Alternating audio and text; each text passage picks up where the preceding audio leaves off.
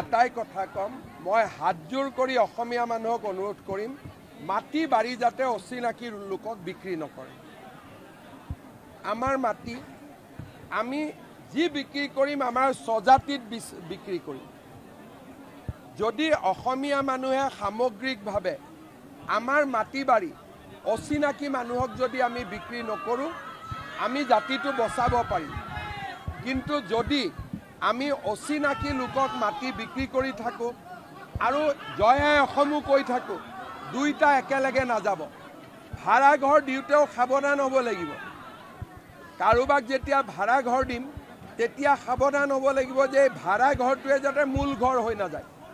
যেতিয়া জাতিয়ে একেলগে জঁপিয়াই পৰিব যে আমি ভাড়া ঘৰ দিওঁতেও 10 বাৰ চিন্তা কৰিম আৰু মাটি বিক্ৰী কৰোঁতে 100 বাৰ চিন্তা কৰিম, আমাৰ জাতিটো সুৰক্ষিত হ'ব।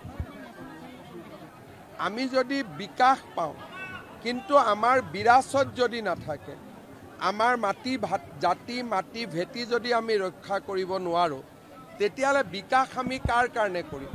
যিমানবিলাক অনুষ্ঠান বনাইছোঁ 20 বছৰ পিছততো আমি নাপাম। আজি এফালৰ পৰা আমি কাম কৰি গৈছোঁ, কিন্তু এই কামবিলাক আমি কাৰ কাৰণে কৰিছোঁ? যদি অসমীয়া মানুহে থাকিব নোৱাৰে, সেইকাৰণে আমাক বিকাশো লাগিব আৰু জাতি মাটি ভেটি আমি খামুচিও ধৰি ৰাখিব লাগিব।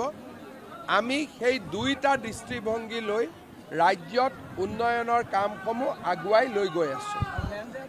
মই এটাই কথা কম, মই হাতজোৰ কৰি অসমীয়া মানুহক অনুৰোধ কৰিম, মাটি বাৰী যাতে অচিনাকি লোকক বিক্ৰী নকৰে।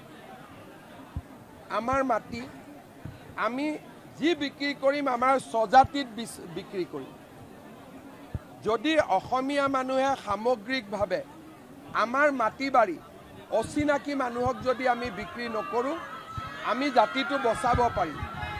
কিন্তু যদি আমি অচিনাকি লোকক মাটি বিক্ৰী কৰি থাকোঁ আৰু জয় আই অসমো কৈ থাকোঁ, দুইটা একেলগে নাযাব। ভাড়া ঘৰ দিওঁতেও সাৱধান হ'ব লাগিব। কাৰোবাক যেতিয়া ভাড়া ঘৰ দিম তেতিয়া সাৱধান হ'ব লাগিব যে এই ভাড়া ঘৰটোৱে যাতে মূল ঘৰ হৈ নাযায়। যেতিয়া জাতিয়ে একেলগে জঁপিয়াই পৰিব যে আমি ভাড়া ঘৰ দিওঁতেও 10 বাৰ চিন্তা কৰিম আৰু মাটি বিক্ৰী কৰোঁতে 100 বাৰ চিন্তা কৰিম, আমাৰ জাতিটো সুৰক্ষিত হ'ব।